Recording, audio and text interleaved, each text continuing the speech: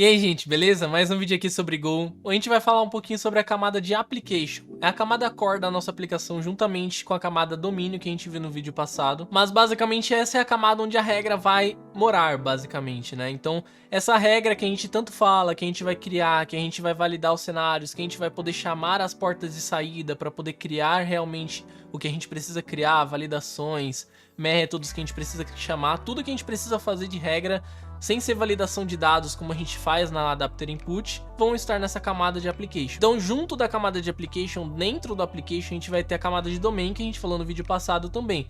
Então, a única camada que pode falar Domain, que utiliza Domain, é a camada de Application e ela só fala esse objeto. Por isso que eu trouxe primeiramente a camada de domínio para depois trazer aqui a de aplicação, beleza? Mas vamos pro vídeo e vamos entender como ela funciona.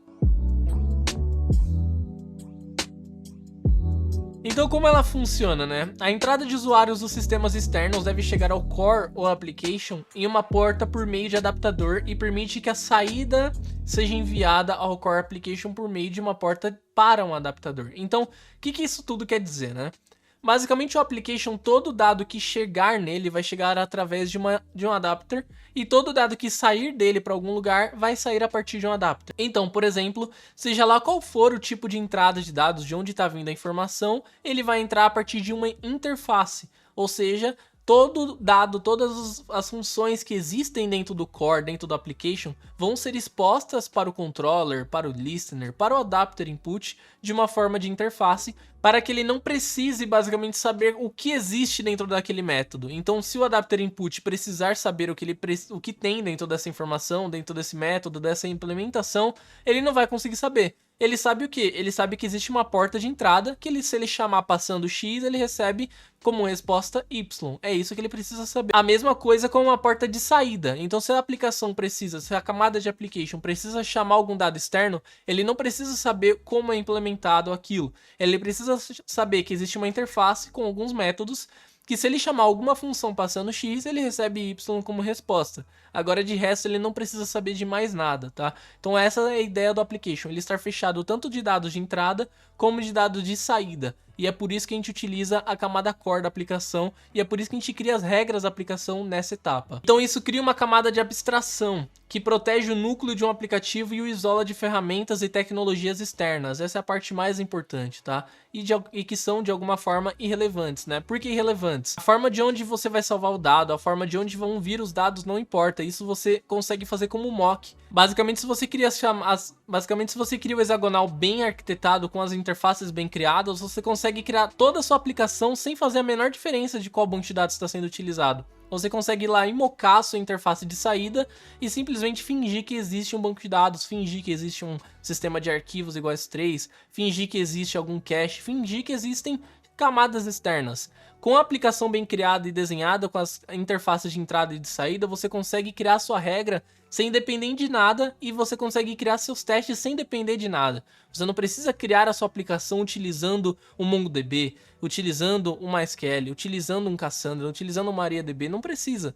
Você pode criar a sua camada de aplicação apontando para uma interface e você cria mocks ali daquela interface, retornando o que a sua aplicação teoricamente espera que ela retornaria caso fosse feita uma chamada. Então, ao invés de eu ter que criar uma aplicação, criar todo o client do MongoDB, criar todo o client de chamada externa, eu crio uma aplicação que se conecta com a interface e na hora de eu criar os testes unitários ou de integração, se eu não quiser implementar essas coisas de chamada externa para poder ir mais rápido, eu posso ir lá e mocar tudo e simplesmente garantir que a minha regra funcione. Garantindo que minha regra funcione, que ela vai funcionar independentemente do tipo de dado, do tipo de erro que essa interface me retorna, não importa o que está atrás dessa interface, importa que a minha aplicação ela funciona de acordo com todos os cenários possíveis. Então, se ela der exception, se ela retornar um erro X, se ela retornar um erro Y, se ela retornar o dado inválido, se ela retornar o dado válido, se eu garantir que tudo isso funciona na minha camada de application, não importa o que está atrás da interface. E essa é a ideia, que você não precisa nem criar toda a sua aplicação para ela estar pronta, porque com mocks você consegue garantir isso,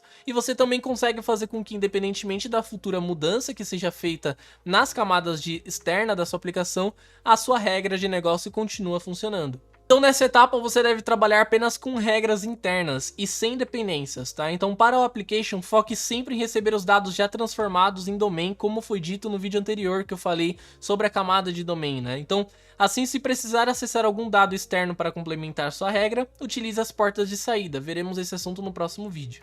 Então, você sempre utiliza a camada de domain, você vai sempre utilizar o domain para qualquer comunicação. Então, qualquer dado que chegar no seu service, no seu application, vai ser domain. Qualquer dado que sair do seu application vai ser domain. Você não pode, em momento nenhum, dentro da sua camada de application, algum import que importe o dado de request do seu adapter. Ah, eu tô aqui importando um entity do meu banco de dados porque eu tô convertendo o domain para entity dentro do meu application. Não pode. Você não pode fazer import nenhum dentro do seu application para alguma coisa que exista fora do seu application. Não pode existir. Para que não ocorra alguma forte dependência entre as duas partes, né? Porque aí se você alterar a camada externa, não tenha imports quebrando na hora que você fizer essa alteração. Então por isso que quando você tem um adapter input, ele conversa domain, e quando você tem um adapter output, ele também conversa domain, porque o service ele sempre vai receber domain, e o service sempre vai passar domain para frente se ele for chamar alguma interface de saída. O domain ele é utilizado totalmente, em sua totalidade dentro da camada de application, tá? Então ele só pode conhecer esse tipo de objeto.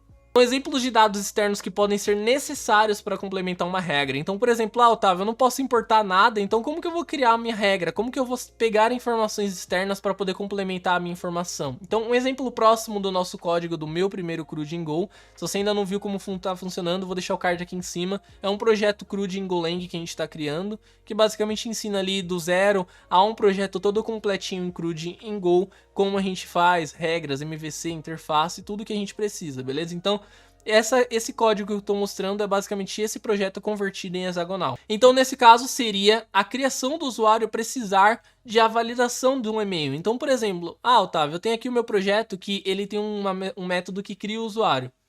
Só que nessa criação do usuário, eu recebo o e-mail dele e eu tenho que validar no banco de dados se esse e-mail existe, para não criar dois registros com o mesmo e-mail. Então como que você faz isso no hexagonal se eu não posso importar o banco de dados MongoDB, se eu não posso importar a entity, se eu não posso importar nada? Então para isso é necessário acessar a base de dados, e para isso é boa prática utilizar o use case. O use case basicamente seria a porta de saída da sua aplicação, né? Então se você estiver utilizando, por exemplo, eu vou chamar o método findUserByEmail. Esse findUserByEmail, ele é simplesmente, ele não tá falando findUserByEmail service ou findUserByEmail on MongoDB, findUserByEmail SQL, não, ele é findUserByEmail. O que ele faz por debaixo? Não sei, o service não sabe. O que ele recebe? Domain.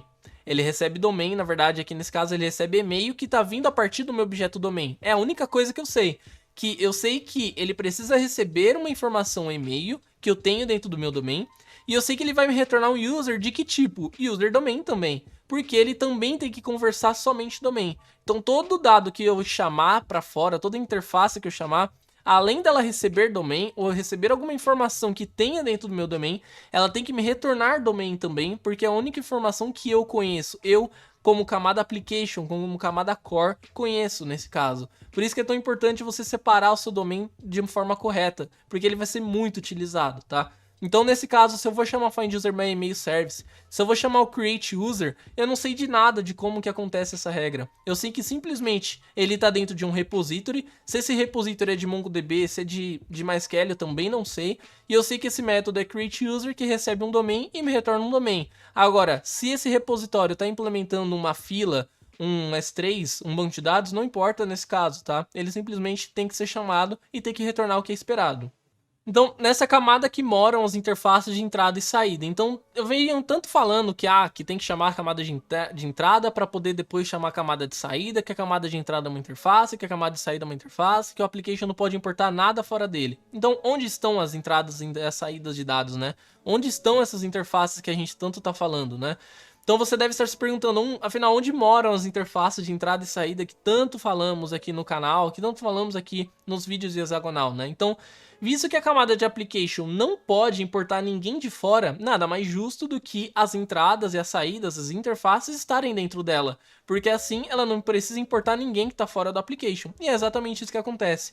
Dentro do application você vai ter sempre uma pasta, assim, não sempre, né? Geralmente, a maioria dos códigos geralmente é assim, que dentro do application você vai ter uma pasta com o nome de port, e dentro você vai ter input e output, que representando as camadas de entrada de dados, as camadas que vão servir para chegar os dados dentro do application, E a camada output que vai ter o user port nesse caso, mas poderia ser qualquer coisa no underline port, que são a saída dos dados, as interfaces que representam os métodos de saída, os métodos externos para onde eu vou jogar essa informação. Então é para isso que você tem uma camada port ali, uma pasta port que representa as entradas e saídas da sua aplicação, onde o application consegue importar, porque está dentro do application, eu não vou sair de dentro da camada, então eu consigo importar. Então alguém externo vai chamar o service, use case. Algum service vai chamar alguém externo, então algum método interno ali dentro do service vai chamar alguma chamada externa, port. Ponto. É basicamente essa a ideia. Use case, entrada de dados, port, saída de dados, beleza? Então vindo aqui pro código, o que a gente vai ter, né? Se você vir aqui na camada application, você vai ter as pastas domain, você vai ter a pasta port e você vai ter a pasta services. O domain a gente já viu no vídeo passado, né? Que são as informações do domain, né? Então são informações que tem aqui contendo as informações do domain, os métodos referentes a ele e assim por diante. São métodos do domain.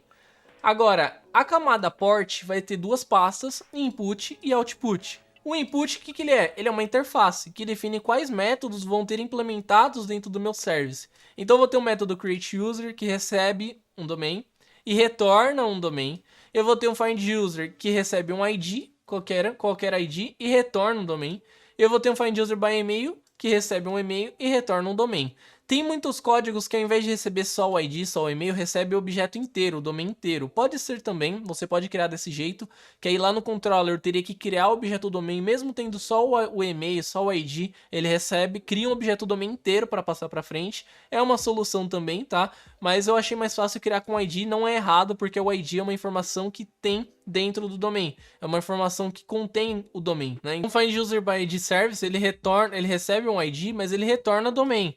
O findUserByEmail, ele recebe um e-mail, mas ele retorna domain. E onde caem todas essas informações, né? Para onde vão essas implementações? Se você clicar aqui, você vai ver que ele vai cair no createUserService, que no caso é a nossa regra. Então, se o controller, qualquer coisa de entrada de dados precisar chegar na minha regra de negócio, ela precisaria chamar a minha interface user-domain-service, criando, no caso, chamando esse método createUser, findUserById e assim por diante, para que ele caia na minha regra. Ou seja, eu não mostro para quem está me chamando o que tem por baixo desses códigos. Eu mostro que simplesmente são esses códigos, essas funções que ele tem para me chamar. E aí dentro do meu createUser eu implemento, crio toda a regra que precisa ser criada, tá? E aí a mesma coisa, se você voltar aqui do lado, você vai ter o output, o user port, que aí vai ser a mesma coisa, só que agora referente à saída, referente ao que o meu service vai conseguir chamar. Então, ao mesmo jeito que eu tinha de entrada, ele vai ter aqui o port, que vai ser o createUser, findUserByEmail, findUserById.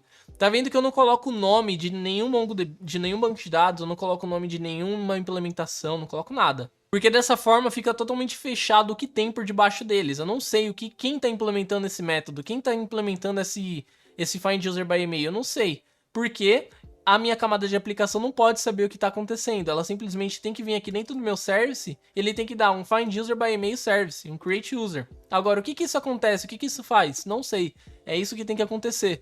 Tanto que se eu chamar aqui, por exemplo, o createUser, se eu entrar dentro dele, aonde ele vai cair? UserPort interface, ou seja, ele não vai cair lá na implementação no MongoDB, ele vai cair na interface, e aí depois lá no meu main.go eu injeto as dependências para que essa interface ela seja basicamente convertida ali no nosso repository de Mongo, convertida em repository de SQL, de alguma outra coisa, para que o nosso service não conheça essa implementação, tá?